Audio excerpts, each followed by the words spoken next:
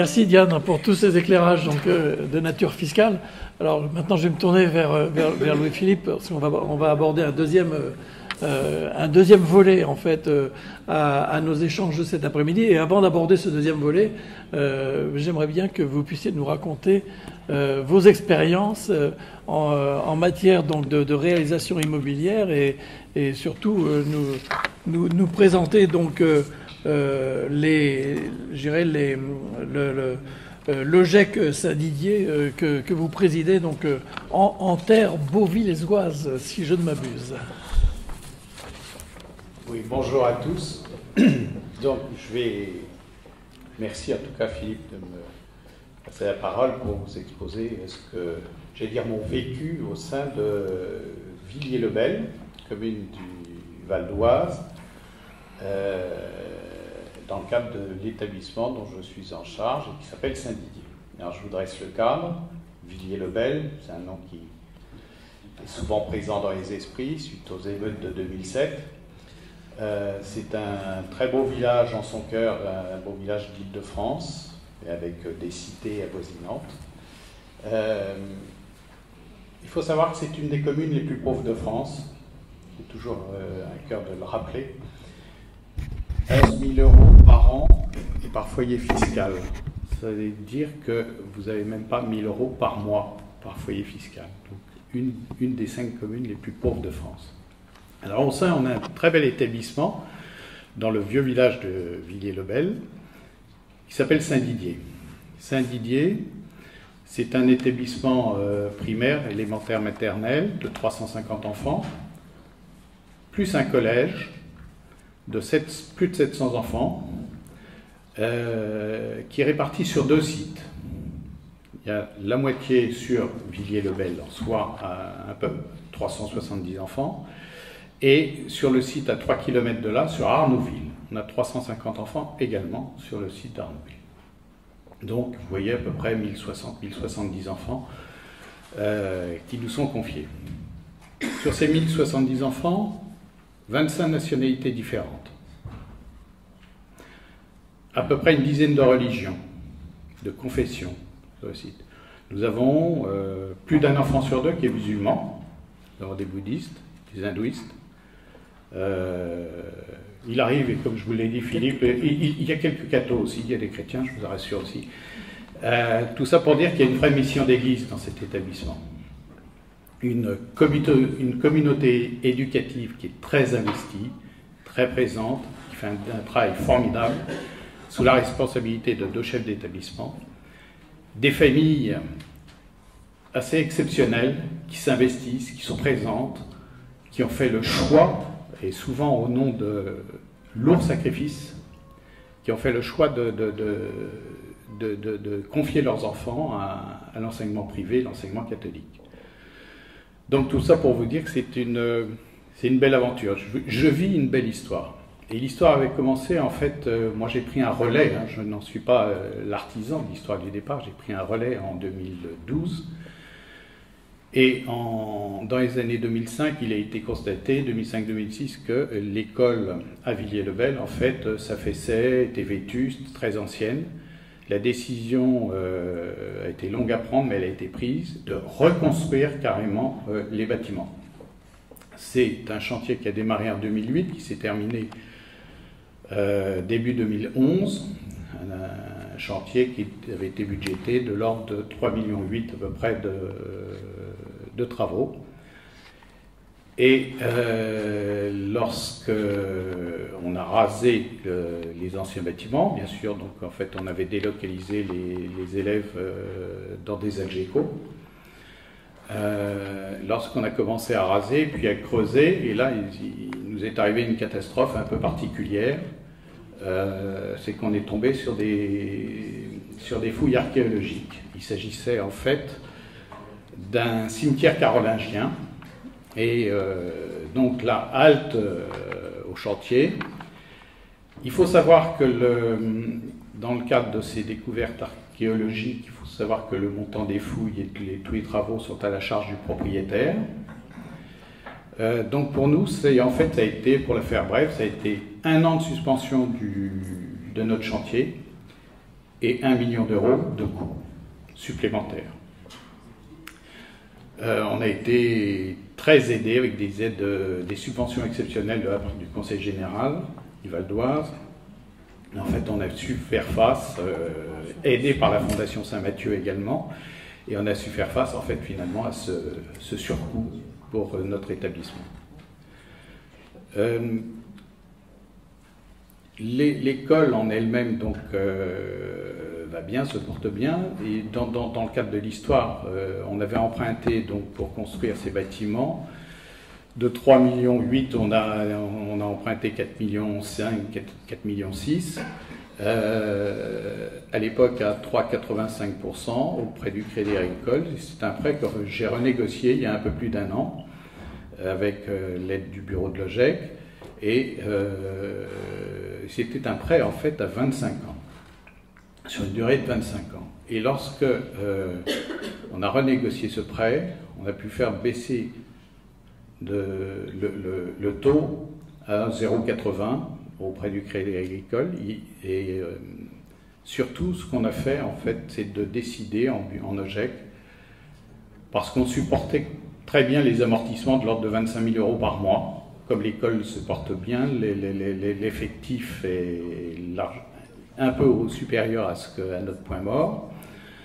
En fait, on a conservé les mêmes amortissements, mais ça nous a permis de réduire la durée du prêt de 10 ans. Et c'est là, ce que je disais à Philippe, on a eu le souci au sein de l'OGEC de se dire, mais il faut qu'on transmette. C'est là où j'avais dit, nous ne sommes que de passage. Et de toujours penser en fait à ses successeurs, aux gens qui nous succèdent. Si on leur donne un établissement qui est plombé avec une dette importante et qui ne peuvent pas faire face, là il nous a paru très important de réduire en fait l'échéancier de 10 ans. Ainsi on pourra, lorsqu'on passera le témoin, au moins ils auront un peu plus de visibilité, je pense. Alors, la deuxième belle histoire en fait concernant Villiers-le-Bel, Saint-Didier, c'est lorsque je suis arrivé, il y avait un des bâtiments qui avait une assise foncière sur le terrain de l'ordre de 400 mètres carrés. C'était un R+1. En rez-de-chaussée, on avait tout ce qui était cuisine, cantine. Et au premier étage, on avait des classes maternelles. Ce bâtiment, c'était, vous les connaissez tous, ce sont ces constructions, j'allais dire d'après-guerre, 55-60, avec de la briquette d'1,5 cm d'épaisseur, c'est-à-dire qu'on gèle en hiver et qu'on crève de chaud en été. C'est terrible du point de vue sonore, du point de vue, c'est des conditions quand même difficiles. Or, j'ai un vice-président un peu très efficace et qui est un vrai professionnel des travaux, du bâtiment, et qui me dit un jour, mais j'ai entendu parler d'une mesure d'urbanisme qui pourrait peut-être s'appliquer sur notre établissement, à savoir, nous sommes dans la zone aéroportuaire de Roissy-Charles de Gaulle. Et ADP, Aéroport de Paris, a mis en place en fait des mesures d'octroi de subventions pour aider tout ce qui est établissement public et les ERP, etc., tous les gens qui avaient des nuisances sonores, en fait, du fait de Charles de Gaulle, et leur octroyer des subventions pour réhabiliter et améliorer l'acoustique de leur bâtiment. On a tiré ce petit fil rouge, et puis au bout d'1 an, en fait, on s'est aperçu qu'on était totalement éligible à l'octroi de cette subvention, et on a pu, donc en fait, si vous voulez, ils nous ont suggéré en fait un architecte. Ils avaient une liste d'architectes. Il fallait prendre un architecte agréé par l'Aéroport de Paris, qui nous a fait tout un projet et un travail de réaménagement de nos 800 mètres carrés, donc. Et pour tout vous dire, en fait, on a reconstruit ce bâtiment complètement à neuf, quasiment à neuf, et tout ça, ça nous a coûté, ça devait coûter 1,1 million. Et sur 1,1 million, nous avons obtenu 63% de subvention de la part de l'ADP. C'est absolument colossal. C'est vachement important. Donc, il faut toujours être à l'affût, je crois, des mesures dites d'urbanisme. Je sais pas, enfin, on sait tous, vous êtes tous responsables de l'immobilier. Et donc, c'est cette subvention, si vous voulez, donc nous avons pu financer ces travaux malgré un endettement très lourd qui concernait la construction de notre école. En prenant un petit prêt relais, si vous voulez, on avait pris un crédit in fine en 2 ans pour attendre en fait le versement d'ADP, et on avait pris un crédit de 400 000 euros de crédit moyen terme sur 5 ans, et donc ça nous a permis de passer en douceur et de récupérer un bâtiment, je vous dis, neuf. Et ma troisième histoire n'est plus une histoire, c'est un projet, parce que je vous parle là du site d'Arnouville, où nous sommes. Arnouville, à 3-4 km, donc on a quelque chose de formidable, d'inespéré pour une école, c'est qu'on a 1,7 hectare de terrain. 1,7 hectare de terrain, avec là encore des bâtiments anciens, alors là, légers. Vous n'êtes pas propriétaire. Hein. Alors, en fait, c'est l'inverse. Nous ne sommes pas propriétaires à Villiers-le-Bel, où nous sommes liés par un commodat avec directement l'association diocésaine, l'ADP, l'association diocésaine de Pontoise. Et par contre, à Arnouville, le LOGEC est propriétaire du terrain. Et là, tous les ans, nous refusons, sur cet emplacement d'Arnouville, nous refusons l'équivalent de deux classes de 6e. On a une demande, en fait, en fonction des années, nous refaisons entre 70, 80, 90 élèves tous les ans.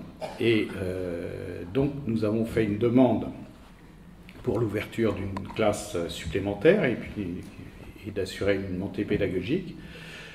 Nous avons l'assurance du directeur diocésain de pouvoir ouvrir cette 6e soit en septembre 2018, soit en septembre 2019. Et donc, va se poser la question de construire. Et là, évidemment, je ne vous fais pas un dessin, le GEC, on est quand même un peu au taquet, hein, côté endettement. On reste avec des réserves importantes, hein, quand même. On a des réserves en fonds propres d'1,6 million. Donc, nous avons rappelé le fameux architecte d'ADP parce qu'on en avait été très satisfait et qui nous a fait un projet de construction en 3 phases. Une première phase qui va nous permettre, en fait, et qu'on mettra en œuvre dès la fin de l'année 2017, de créer un bloc de 4 classes. Et en fait, il nous conçoit un bâtiment, si vous voulez, qui est modulable et qui est au fur et à mesure, j'allais dire, et de nos financements et de nos besoins, on pourra adapter et agrandir. Parce que maintenant, l'objectif, non plus seulement le collège, augmenter le collège, mais il se trouve que la mairie nous dit, pourquoi vous ne faites pas un lycée pendant que vous y êtes? Alors, bien sûr, sans mettre la main à la poche. Mais, donc tout ça pour dire, et je reviens sur ce qu'on avait évoqué aussi, c'est vous dire que dans cet univers, une chose à laquelle j'ai été particulièrement attentif, ce sont les relations avec les municipalités. À Arnouville, Arnouville, c'est une petite cité dortoir, zone pavillonnaire. J'ai été une population CSP, 4 moyens, ouvriers qualifiés, etc. Ce sont beaucoup de gens qui travaillent sur la zone aéroportuaire de Roissy-Charles de Gaulle. Ça va à droite à 70%. Donc un maire, les Républicains, LR, par opposition avec Villiers-le-Bel, où nous avons un maire communiste également, mais qui est tout à fait très très bien disposé à l'égard de notre établissement. Mais je dis, on soigne ces relations parce que c'est indispensable pour nos établissements de fonctionner en harmonie. Il faut savoir aller les chercher quand on a besoin d'eux. Ce sont des gens qui nous écoutent toujours, qui ont toujours de la vigilance, de l'attention, de la bienveillance. J'allais dire des deux côtés de la mairie, du côté des deux mairies. Pour vous dire, même à Villiers-le-Bel, la mairie en fait a tout fait pour nous faciliter les nouveaux travaux et la nouvelle accessibilité en fait de notre école. Et ils nous ont même octroyé en quelque sorte des terrains. C'est une espèce de, si on veut, droit de passage, mais enfin c'était des terrains qui étaient en bordure et ils les ont mis à la disposition de l'école. Alors juridiquement, je serais bien incapable de vous dire qu'est-ce qui les lie, mais en fait c'est une espèce de mise à disposition et ça nous facilite les choses pour avoir un accès pour les grands par un côté par la rue Gambetta et de l'autre côté pour faire une entrée pour les petits par la maternelle. Donc c'est vous dire aussi que j'ai toujours eu à cœur de soigner ces relations. Et ça fait partie entre autres de notre histoire de Villiers-le-Bel. Voilà. Très bien. Merci beaucoup pour ce témoignage. Effectivement, moi je retiendrai deux choses. La dernière que vous venez de citer, et j'ai entendu la même chose ce matin d'ailleurs. Les relations avec les collectivités publiques locales sont, à mon avis, primordiales et très importantes, surtout quand on réalise un investissement. Et puis la deuxième donc, que j'ai relevée, qui me semble importante, c'est d'être toujours à l'affût de mesures qui sont parfois bien cachées hein, dans tout un ensemble de textes et dont on peut profiter, dont on peut bénéficier. Et donc effectivement toujours rechercher des fois des dispositions qui peuvent être avantageuses dans le cadre de la réalisation d'un projet ou autre. Alors merci en tout cas pour ce témoignage. Oui, Christopher. Oui. Ouais. Juste un point sur les rapports avec les collectivités locales, sur la partie immobilière. Il est très important pour tout ce qui concerne la sécurité incendie, hygiène et sécurité, tout ça, d'être aussi dans un processus de concertation avec les services de la mairie, les sapeurs-pompiers, dans votre environnement direct, qui sont des co-acteurs avec vous, que vous allez associer selon les différentes étapes de vos travaux. Donc voilà, ça c'est toujours un paramètre. Oui. Effectivement, et c'est un sujet aussi que j'ai entendu ce matin, c'est une préoccupation qu'on doit avoir. Merci en tout cas. Et donc maintenant, ce que je voudrais, c'est qu'on aborde donc effectivement la deuxième phase, extension, réhabilitation, rénovation. Je vais à nouveau me tourner vers vous, Anne et Christopher, sur les principales étapes d'une opération de construction, d'extension, de réhabilitation, de rénovation en termes de relations alors, du coup, juridiques avec les principaux intervenants, donc maître d'ouvrage, maître d'œuvre, entreprise générale, et surtout dans un contexte où des fois ça se passe moins bien, avec des problèmes de désordre, de malfaçon ou de non-façon. Qu'est-ce que vous pouvez nous dire sur ce sujet? Merci Philippe. Oui, une construction, l'expérience démontre que le projet de construction qui se déroule sans aucune anicroche du début jusqu'à la fin n'existe pas. Maintenant, effectivement, il y a beaucoup de choses auxquelles on peut être sensibilisé pour que ça se passe au mieux. L'une des premières choses, c'est l'assurance dommage ouvrage. Alors je sais que dans le cadre des séminaires immobiliers organisés par la FMEGEC, vous avez déjà eu une conférence sur ce sujet, donc je n'y reviendrai pas. Je rappellerai juste que l'assurance dommage ouvrage est obligatoire. Ce n'est pas sanctionné de ne pas en prendre une. Donc souvent, on a un peu envie de faire l'impasse, parce que c'est vrai que c'est un coût qui peut être significatif au regard de la construction envisagée. Mais s'il y a le moindre pépin, c'est un coût qui est très rapidement amorti. Parce que le rôle de l'assurance dommage ouvrage, c'est de financer et en cours de chantier et à l'issue du chantier tous les incidents qui peuvent se produire et de faire l'avance financière pour permettre ou que le chantier soit poursuivi quand il faut faire des investigations complémentaires, ou qu'une entreprise est défaillante et qu'il faut la remplacer, il faut pouvoir agir très rapidement et de temps en temps avoir la capacité financière de pallier cette défaillance. Ce que le maître d'ouvrage n'a pas nécessairement, encore moins comme vous, OGEC, qui avez besoin d'être très vigilant sur le coût de la construction et l'absence de dépassement du coût de la construction. Vous n'avez pas les poches pleines. Et d'où cette question de faire l'impasse sur ce poste de budget qui ensuite peut totalement mettre à zéro le projet immobilier que vous avez envisagé. Parce que Villiers-le-Bel nous donne l'exemple d'un chantier qui a été arrêté pendant 1 an.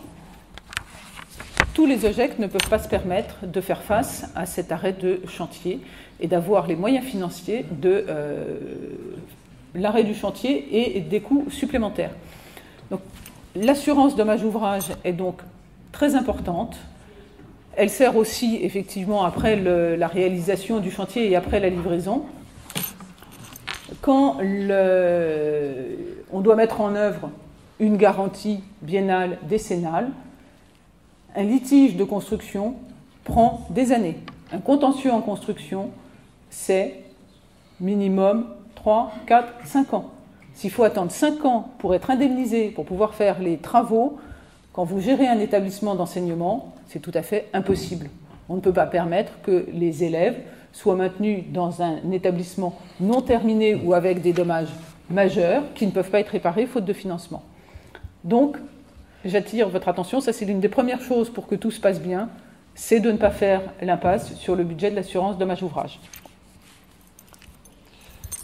Il y a ensuite quelques intervenants qui ne sont pas toujours connus en matière de construction, mais qui, pour un constructeur, maître d'ouvrage, qui est un profane par définition, surtout pour les OGEC par exemple, qui sont des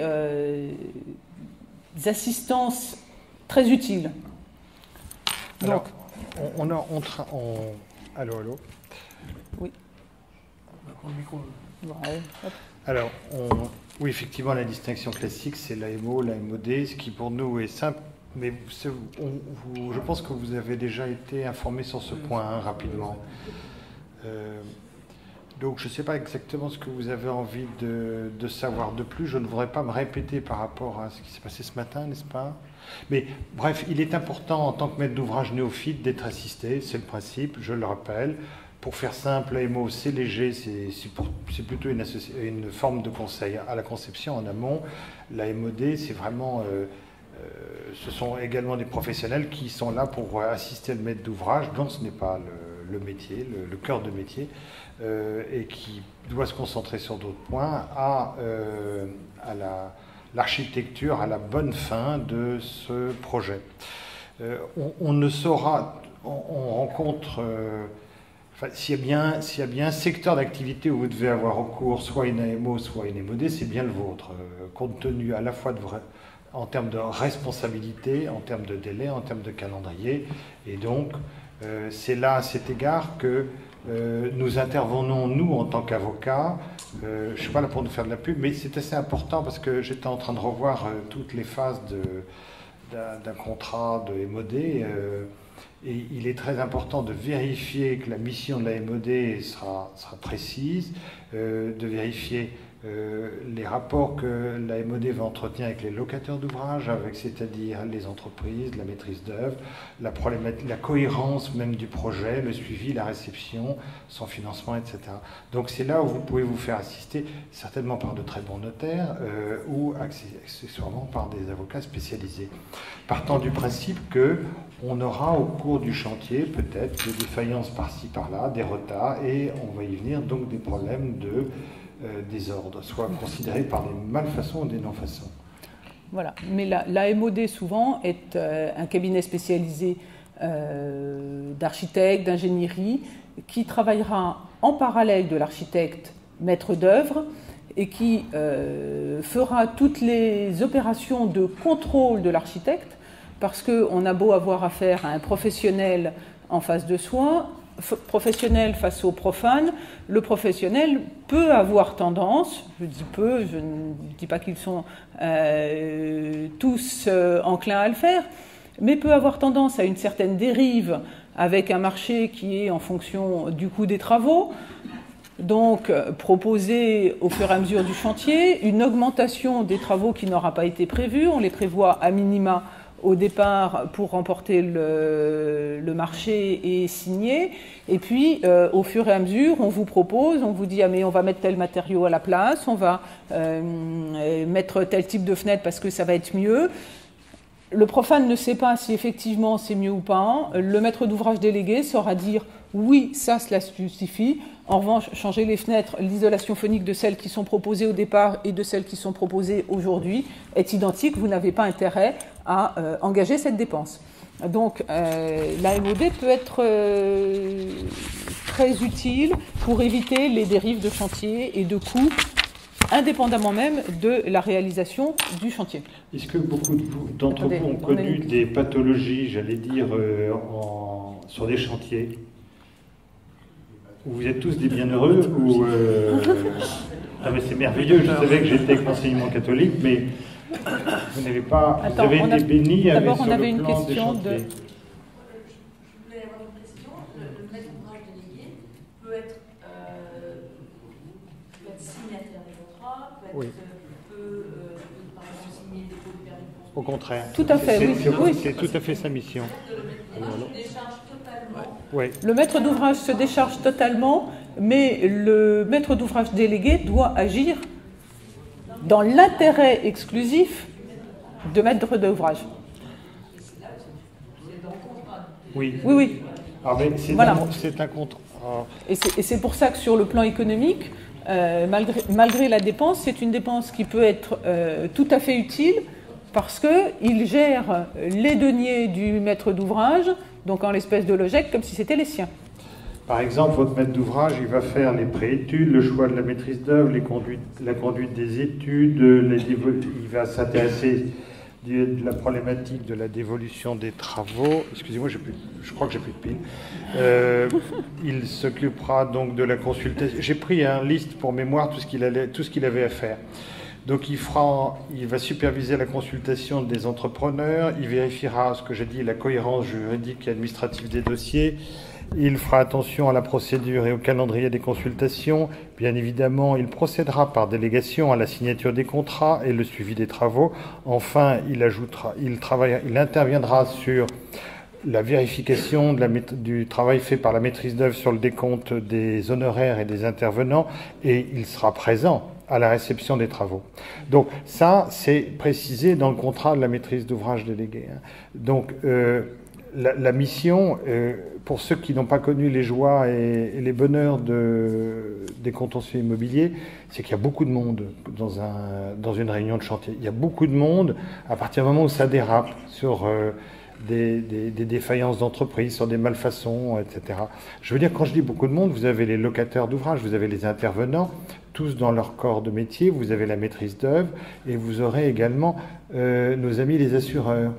Alors après, on aura les bureaux de contrôle, ce qui fait qu'on se déplace tous comme si on faisait une visite commentée, et il vous faut, en tant que maître d'ouvrage néophyte, avoir quelqu'un sur lequel vous allez pouvoir faire vos remarques, faire état de vos contrariétés, j'allais dire, sur le retard et sur les malfaçons qui caractérisent l'ouvrage que vous avez commandé. C'est très important, puis en plus, il sert d'interface dans un monde où vous allez trouver qu'il y a un ésotérisme qui est vraiment très important, des termes techniques, des problématiques de mise en responsabilité solidaire, conjointe, etc. J'en passais des meilleurs. Donc la MOD, de ce point de vue-là, est une sage décision. Pour nous, avocats, c'est important aussi parce qu'on pourra être plus manœuvrant en travaillant pour le maître d'ouvrage pour mettre en perspective les problèmes et leurs solutions. Ça me permet d'ajouter les EPS aussi. Oui, bien sûr. Oui, alors l'EPS aussi, c'est très très important. Et à cet égard, parce que pour l'aspect, oui. Donc, oui, on peut en dire deux mots si vous voulez, mais... C'est la slide suivante, la commission de sécurité. Oui. Oui. EPS, c'est... Alors, oui. Ce sont les délégués de sécurité sur le chantier. Oui. Moi, voilà. Entreprise, prévention, sécurité. Ouais. Oui, EPS. Oui. Voilà. Prévention, sécurité.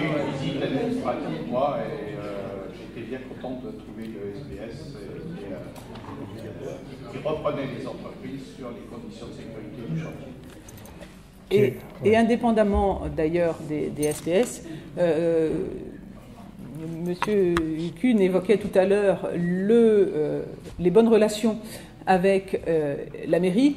Effectivement, que ce soit avec la mairie, avec les pompiers, pour tout ce qui est sécurité, entretenir des bonnes relations est essentiel. Et notamment, c'est dans le cadre de ces bonnes relations qu'on peut en amont faire venir une commission de sécurité que j'ai qualifiée de à blanc.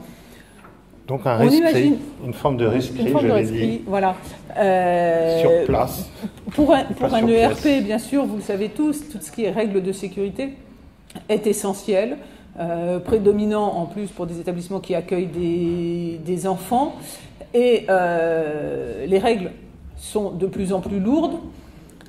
Donc, il peut être bon, en cours même de construction et sans attendre la fin de la construction, pour pallier des défaillances dans l'organisation de la sécurité, de faire venir la commission de sécurité à Blanc. Elle se déplace, elle n'attend pas que le chantier soit livré et on peut obtenir un passage pour, en cours de réalisation de la construction, dire là vous aurez un point à vérifier, là c'est conforme, là ça va, là je suis d'accord, là attention, il y a une alerte parce que si les choses sont réalisées comme ça, on ne sera pas dans la norme voulue.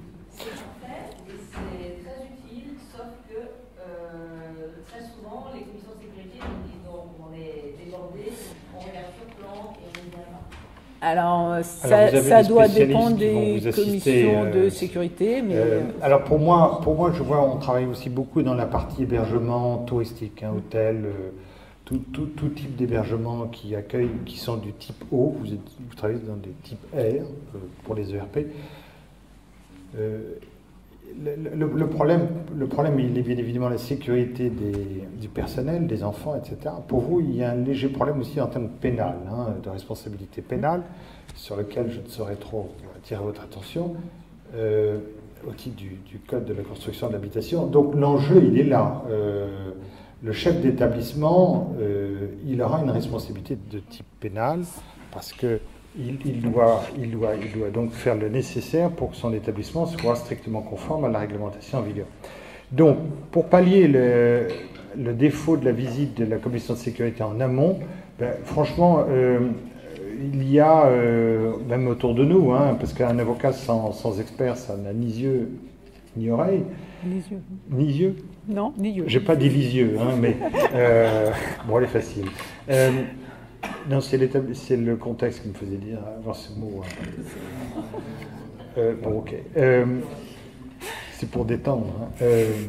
Donc, on peut vous donner des référents techniques qui viendront valider et qui vont faire la liaison absolument avec les gens de la municipalité. Donc, eux, ils vont faire en sorte ou les pompiers, ils vont faire en sorte de vous mettre bien évidemment à l'abri, mais c'est plus que ça, c'est que vous aurez des initiatives administratives sur un plan déclaratif qui seront faites en amont pour valider toutes les problématiques de sécurité. Ce que je veux dire, c'est que c'est quelque chose où il faut aller de l'avant, il faut avoir un mode dynamique. Donc, si la commission de sécurité ne vient pas, comme le disait Anne, en amont, je recommande vraiment dans votre secteur d'activité d'avoir recours à tel ou tel référent sur le plan des normes et techniques. C'est le contrôleur technique? Non, il n'y a pas que le contrôleur technique. Le contrôleur technique, il interviendra en amont et en aval, vous avez raison, dans son rapport en amont et son rapport final, mais il ne va pas me couvrir forcément tout le... Mais ce que je veux dire, c'est que souvent dans les régions, maintenant, les SDIS, les commissions de sécurité, Ouais. s'appuient sur les rapports Ah oui, au problème. Vous avez raison. Que s'il y a une réserve ou un Ouais. point technique, la commission de sécurité va même pas... Vous avez raison. Vous avez tout à fait raison de le mentionner, c'est-à-dire qu'elle va soulever la difficulté, elle va faire une réserve, elle demandera au bureau de contrôle technique de lui assurer qu'un remède a été apporté à ses préconisations et elle se suffira de cela. Mais voilà. Et vous avez même une profession tout à fait innovante qui se développe, qui s'appelle le préventionniste sécurité, et qui, lui, au besoin, en marge du contrôleur technique, fera l'interface avec la municipalité ou avec la commission de sécurité. Ce que je trouve moche, c'est que finalement, on a un casque, protège, ceinture, et c'est pas suffisant. Alors vous avez surtout, j'ai surtout l'article R123.3 du Code de la construction. Le Code de la construction et de l'habitation qui dit clairement que le propriétaire et l'exploitant sont susceptibles d'aller en tôle, pour être franc, en cas de risque incendie. Donc pour moi, j'ai cette épée de Damoclès sur les chefs d'établissement qui va être le responsable effectif. Et l'enjeu est tellement important, au-delà d'un problème de responsabilité, il y a l'aspect humain, la conscience professionnelle, bien sûr. Donc, je recommande d'avoir recours à ces c'est pas ces super contrôleurs, mais c'est vraiment des organismes de référence que nous avons, nous, en matière d'hôtellerie, hein, où là, vous imaginez, la problématique de responsabilité, elle est tout aussi importante, et pour vérifier, pour bien s'assurer de façon régulière, en amont, en aval d'une rénovation, d'un élément de construction, ou sur des bases régulières. Très franchement, je suis d'accord avec vous, on n'est jamais... Et moi, j'ai affaire à couvrir avec ces gens-là des problématiques de faire des contrôles de la conformité réglementaire, et chacun son job, mais il ne faut pas hésiter à ce que vous preniez des initiatives. On a parlé de rescribe, gardons cette expression, faisons intervenir des gens pour vous mettre bien à l'abri. Excusez-moi.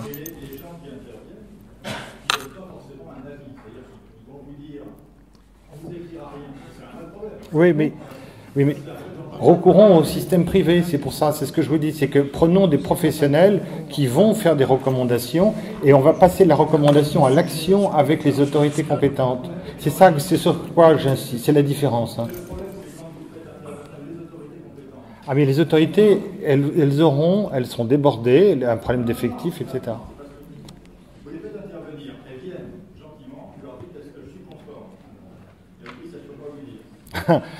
On ne connaît pas les mêmes, hein, parce que je... Si, normalement, j'ai...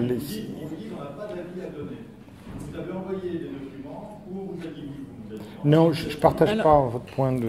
Enfin, je vais le relativiser. Oui, non, ça dépend du type de construction. Vous avez des constructions, et c'est peut-être le cas des cuisines, je ne maîtrise pas. Mais ce qui est un ERP. Oui, ça doit être un ERP. Mais vous avez des types d'ERP dans lesquels, d'une part, la commission de sécurité n'est pas obligatoire si la norme était respectée au jour de la construction. Ouais. Donc les normes évoluent, mais la commission de sécurité ne viendra pas nécessairement vous dire que vous êtes conforme aux nouvelles normes. Parce que votre obligation, suivant le type de RP, de mise aux normes, n'est pas aussi prégnante. Non.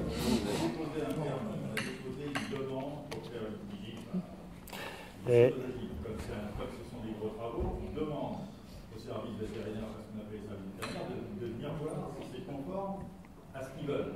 Et ils nous disent, ils viennent voir, et ils nous disent c'est pas mal, on ne peut pas vous répondre. Ben, on répondra au moment de la réception. Oui. Oui. Je propose qu'on le développe tout à l'heure à part, si vous voulez. S'il vous plaît, il nous reste un quart d'heure et j'ai encore un autre sujet que je voudrais qu'on aborde. Voilà, donc on va peut-être repartir au plan fiscal. Voilà. Cette question en aparté. Merci donc pour ce sujet.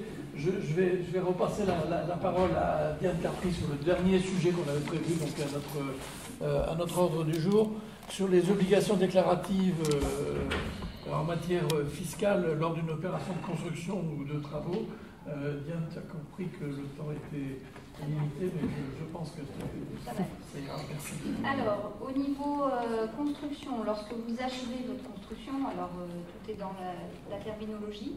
Achèvement, on a vu qu'il y avait un achèvement en matière de droit immobilier, droit de l'urbanisme. En matière fiscale, on a deux types d'achèvement. Enfin, par achèvement, on peut avoir deux événements différents.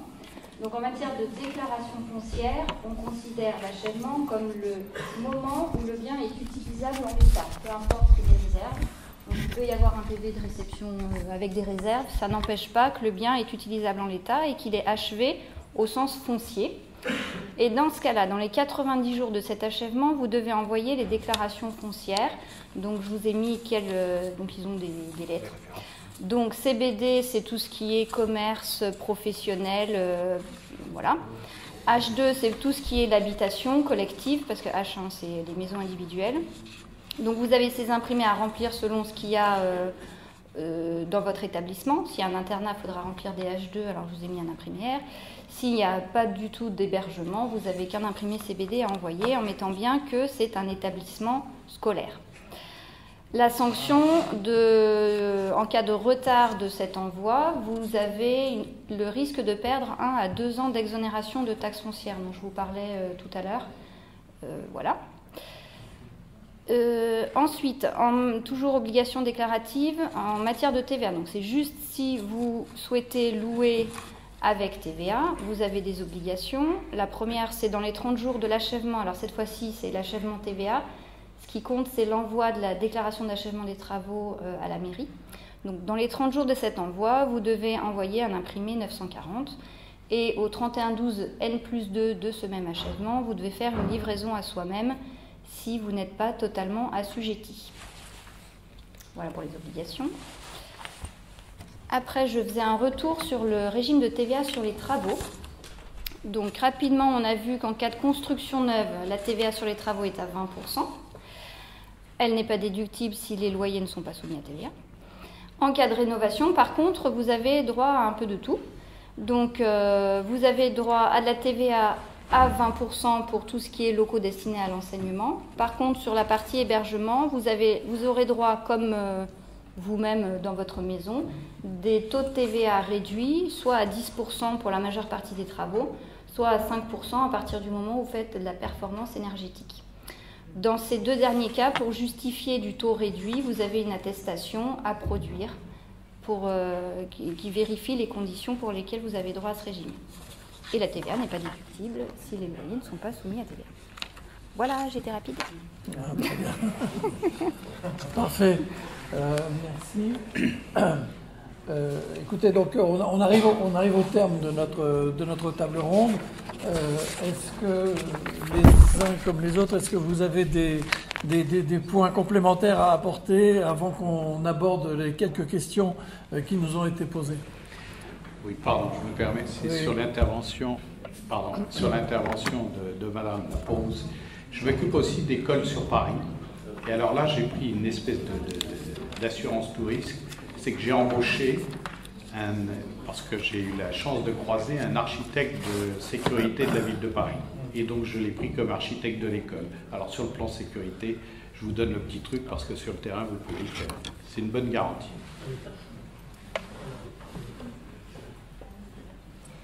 Bien évidemment, en deux mots, un avocat qui fait conseil. L'idée, c'est que nous sommes venus pour vous donner des références générales. Nous sommes à votre disposition ultérieurement, que ce soit sur les baux, on a parlé des baux amphithéotiques de construction et le fameux commodat, et les baux commerciaux aussi en tant que de besoin. N'hésitez pas à avoir recours à des avocats qui sont, moi j'en avais parlé pour des hôtels, qui sont le fil rouge pour des maîtres d'ouvrage.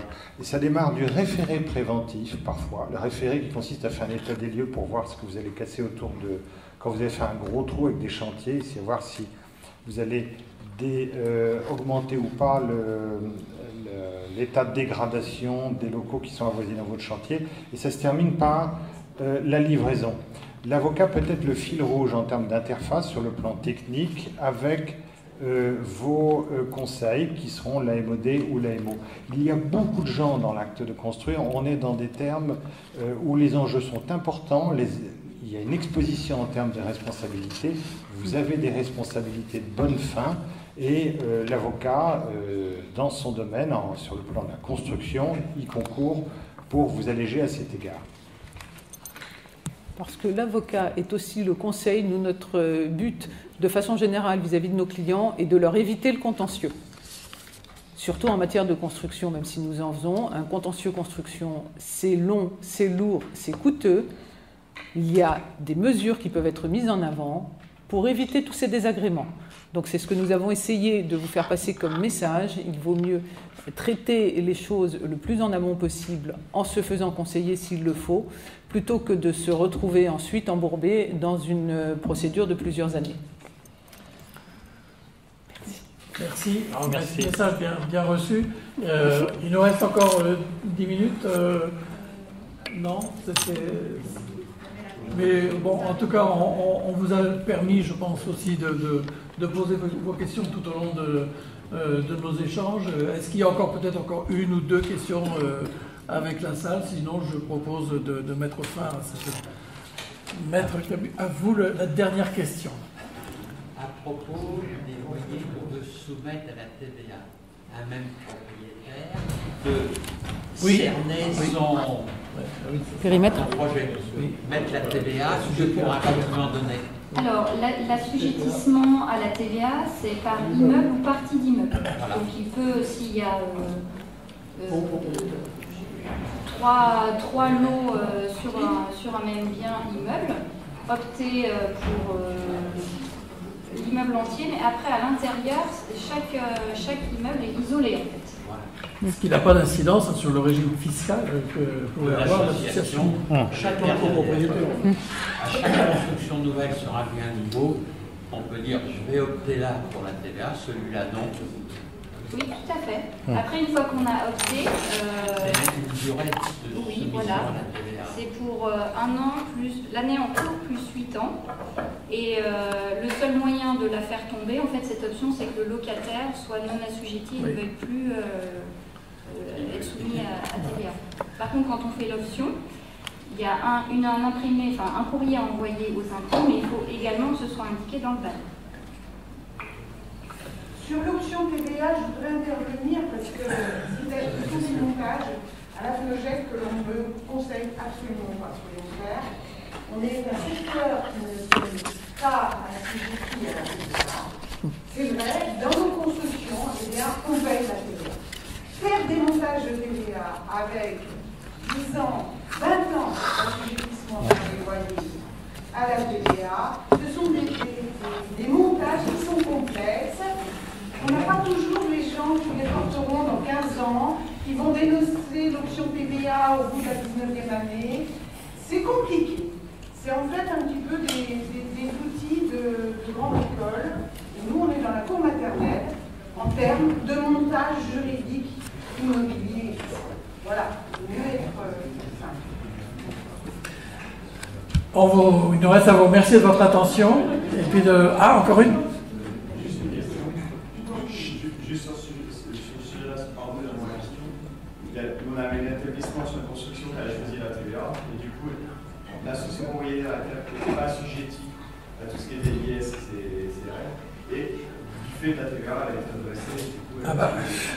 C'est le risque. Donc, moi, la question que j'avais posée quand j'étais inscrit, comment est-il possible, dans le cadre éventuellement qu'un propriétaire accorde un bail à construction sur un terrain de propriétaire, tout en apportant, comment on va dire ça, une subvention, apportant une somme d'argent quand même pour participer à la construction.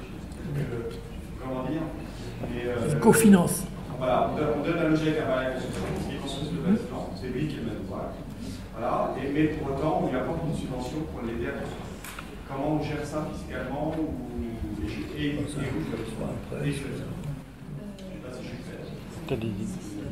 Fiscalement, il n'y a pas de problème. À part, je pense qu'il va y avoir une incidence sur le prix de revient. Voilà, puis ça va venir minorer le prix de revient du bien. Après, fiscalement, il y a plusieurs solutions.